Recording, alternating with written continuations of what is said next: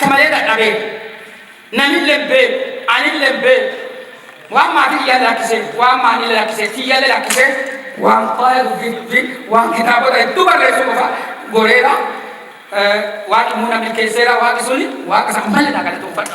Sira miidiyaan egaa torbeedhaaf sagantaa isa beektota hayyoota abbootii gadaa jaarsolii biyyaa abbootii qabeenyaa fi dargaggoota dhalootaaf ergaa ni dabarsu kan jedhu yeroo yeroodhaan kan isinii dhiyeessu kunoo amma jalqaba. Sumsumi sadii duudi sadii fuudhi sadii haduraan bada sadii haduwaan bada sadii habaduu malee bada sadii hasanyiin qanne sadii hadedhamee bada sadii jedhu faaya dubbiitti qorsa isinii jedhu.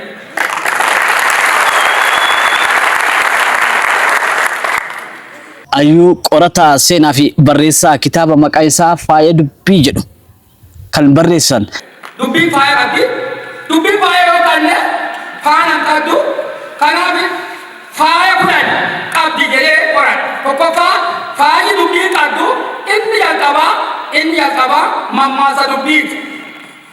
Tokkoffaa mammaasa dubbiiti. Faaya dubbii keessa. Inni lammaffaan akeeka dubbiiti. Akeekatti dubbata kuni lafaa. Inni sadaffaan immoo miikitaa dubbiiti. Inni arfaffaan dhuga yookiin anniisaa dubbiiti. Shanaffaan gaaddisa dubbiiti. Dabaree dubbiiti. Dabarsii dubbiiti jedhee waan kudhan qoran. Nama jaallatamaa fi kabajamaa obbo Gololchaa Galchuu wajjin kunis jira miidiyaan egaa yeroo lammaffaadhaa fi waliin turtii taasisaa jirra. Maarree turtiin keessan wajjin haa ta'uun affeera keenya gamanaati. Egaa wanni sadi yoo addee sadii ifirraan dhoogin hantu kanaaf wantoota sadi afirraa dhooguu qaban achirratti bal'inaan barreessee jira. Isaan keessaa waan sadi immoo addee sadii ifirraa dhoogan jedhee barreesseera. Tokkoffaa hiyyuu akkasiin gara mana namaa dhunne akkasiin nama bira dhunne akkasiin koomettuu namaa dhunne hiyyuu cicciisa dura ifirraa dhoogan hojjetanii achitti ifirraa dhoogita.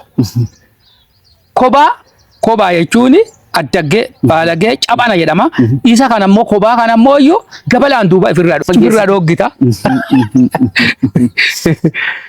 Kana inni sadaffaan immoo iyyuu kijibaa immoo kolbaa dura ifirraa dhoogita. Saaxiltaa jechuudha. Kijibaan saaxiltaa kallattii kanaan kijibaa kolbaa dura ifirraa dhoogita jedhee ka'ee wantoota addee sadii ifirraa dhooganii kan jedheef isa kana. Sira miidiyaan egaa dhimmoota safuu fi aadaa akkasumas immoo kanneen dhalootaaf ergaa dabarsuu kan jennu kan isinii dabarsaa jirrudha. Turtii keenya kan taasisaa jirru nama jaallatamaa fi kabajamaa barreessaa kitaaba faaya dubbii kan jedhu nama jaallatamaa fi kabajamaa obbo Gololchaa Galchuu waliin turtii taasisaa jirrudha. Turtiin keessanis ammas na wajjin ta'uun immoo affeera keenya gamanaatiin turtii gaarii qabaadha. Durbi yookiin durri gosa sadii jettanii isaan eenyu fa'ime? Ilmi sadii durri sadii jedhama. Gosa sadii qabdi.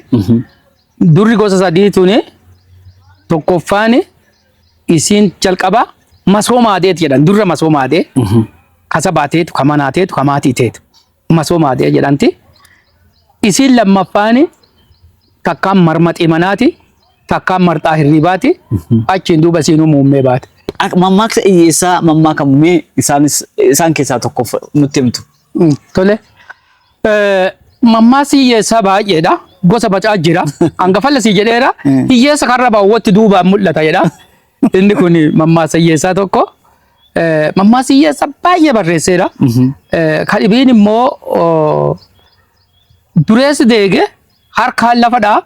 Hiyyeessi quufi harkaan namadhaa jedhani. Kanarraa barate kaleerraa barate qabeenya san tiffatee kunuunfachuu qaba malee. Akkasitti jedhu mammaaksa baay'ee jira. Kanaaf hiyyeessi kun gosa afur jedhee achirratti keewuuf wanni yaale jirti. Tokkoffaan hiyyeessa ifii badu. Hiyyeessa ifii badu. Hiyyeessa ifii badu. Inni lammaffaan immoo hiyyeessa ifii hatu. Ifuu deebi'ee hata. Sadaffaan immoo hiyyeessa saba ganu. Saba gana. Saba fiittiin dheetu yoo qarmaa balleessa jira. Ammalleen saba kaan deebi'ee dheeta. Kanaaf hiyyeessa akkaataa isaaniin qoodee gosa akaakuu adda addaatti qoodee jira. Keessattuu waa afur barsiisa kitaabni kun. Tokko dandeettiiwwan arfan dubbii. dhageeffachuu, caqasuu, dubbachuu fi barreessuu mataa isaa barreessa. Isarra bu'uureffate waan ta'eef waan dhala namaatiif baay'ee barbaachisu waan ta'eef kitaabni kun addee nami jiru duudii hin dhaqqabsiisa jedhee karoorfadhee itti deemaa jira. Dhaloonni kun qaroommachuu qabaa jettanii jirtume. Qaroon meeqatu jirame? Qaroo meeqaa eenyu fa'isan? Tole qaroo gosa hedduutu jira. Qaroon jirani amma akka naannoo Gujii kanatti qaroon jiranii Qundhefaa, Quuxalafaa, Hiyyoo Kuulleefaa jedhanii qaroo hedduu jira jechuudha. Warri adoo teknooloojiin kun jaarraan kun hin dhufin qarummaan beekaman jiranii. Haa ta'uutii qaroo gosa sadiitti yookiin afurii qoodama. Inni tokkoffaan qaroo ifi baasu, qaroo nama baasu, qaroo ila baasu, qaroo malaawwa baasu jedhee qoodeera amma achi keessatti. Kanaaf qaroo ifi baasu jechuun kan ifi qofaaf qaroo ta'e, qaroon immoo malaawwa baasu qaroommatee mala dha'ee saba tokko rakkoo keessaa baasu, qaroo ija baasu kan jedhamu qaroo garuu dirqisiisee kan nama fudhachiisuuf yaalu amala akkasii qabu. Kanaaf iddoo kana afaan qoodee qaroo wobaas, qaroo ifi baas, qaroo nama baas, qaroo malaan baas, qaroo ila baasu jedhee kan akkaataa sanatti qoodee jira jechuudha. Xumurarratti kana dubbachuu qaba kun hafuu hin qabu kan jettan yoo jiraate. Tole gaariidhaan ergaan aan qabu nami dorgomaa ta'uu qaba. Waanuma hundaanuu dorgomaa ta'uu, barumsaan dorgomaa ta'uu qaba. Dubbiin dorgomaa ta'uu qaba. Goota ta'uu qaba jechuudha. Waan hojjetu kamiinuu, waan godhu kamiinuu, waan saba kana gargaara jedhu dorgomaa ta'uu qaba. Dorgomaa ta'uuf immoo yaadota adda addaatu jira. Kan waliin dhalatan jedha jira. Kan immoo kan baratan jedhu jira. Kanaaf namni tokko eega dhalate Gujiin gaafa namni dhalatu waan jedhu qaba. Gaafa ilmi tokko dhalatee jedhu tokko ilma kiyya yookiin ifii wabeek yookiin waan si himan beek yoo waan kana wallaalte immoo ni uddaa'in jedha jechuudha. Kana jechuun waan guddaa jechuudha. Kanaaf yookiin ifii wabeeku yookiin waan namni namaa hime beeku isa kana yoo hin ta'in namichi fedhii qofa jiraachuun waan hin barbaachisneef bara haala mijataa amma jiru kana keessatti haala mijataa sirna gadaa kanaan biyyi bulaa jirtu kana keessatti namni waan hundaan dorgomaa ta'e kallattii hundaanuu addunyaarra beekamuu fi yaalii godhuu qaba. Kanaaf immoo wanni nu barsiisu sirna gadaa kana. Sirna gadaa jechuun maan jechuu yoo jedhe amma tokkoffaa sirni gadaa kun sirna dimokiraasii kalaqe. Sirna dimokiraasii kalaqe. Dimokiraasiin sirna gadaatiin dura jirtu tokko illee jirtu tokko sirna dimokiraasii kalaqe. Inni lammaffaan sirna yaada moofaa lagate. Sirna gadaa keessa yaadi moofaan hin jiru. Gowwummaan, daafanummaa, qusannoo dhabuun, of jibbuun hin jiru. Tokkoffaa yaada moofaa sirna lagate. Inni kun immoo inni sadaffaan sirna duudhaa ganamaa. Duudhaa ganamaa, aadaa ganamaa qabate. Inni arfaffaan immoo sirni gadaa kun sirna bulchiinsa gaarii dhalate waan ta'eef addee bulchuun namni goota ta'uu qaba. Addee qotutti, addee horatutti, addee baratutti goota ta'uu qaba. Dubbisee jijjiirama amalaa fiduu qaba waan jedhu dhaamsa dabarsuu barbaada. Egaa kabajamtoota jaallatamtoota maatii Kunistira Miidiyaan egaa guyyaa har'aa nama jaallatamaaf kabajamaa barreessaa kitaaba Faaya Dubbii kan jedhu obbo Gololcha Galchuu wajjin turtii taasisnedha. Kitaabni keessa kun dhaloota kana maal barsiisa?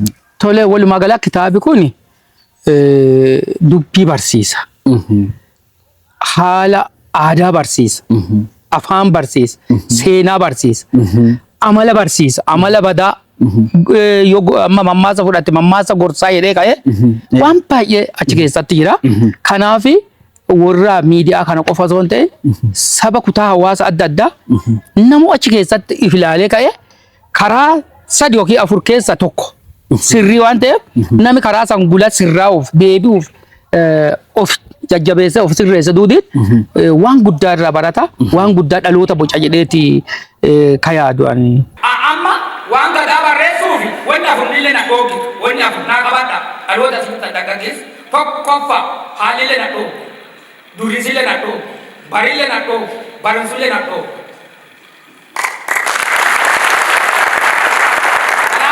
Waan fayyaa keessaa argatanii ulfaata. Egaa turtii keenya kutaa lammaffaa asuma irratti xumurra.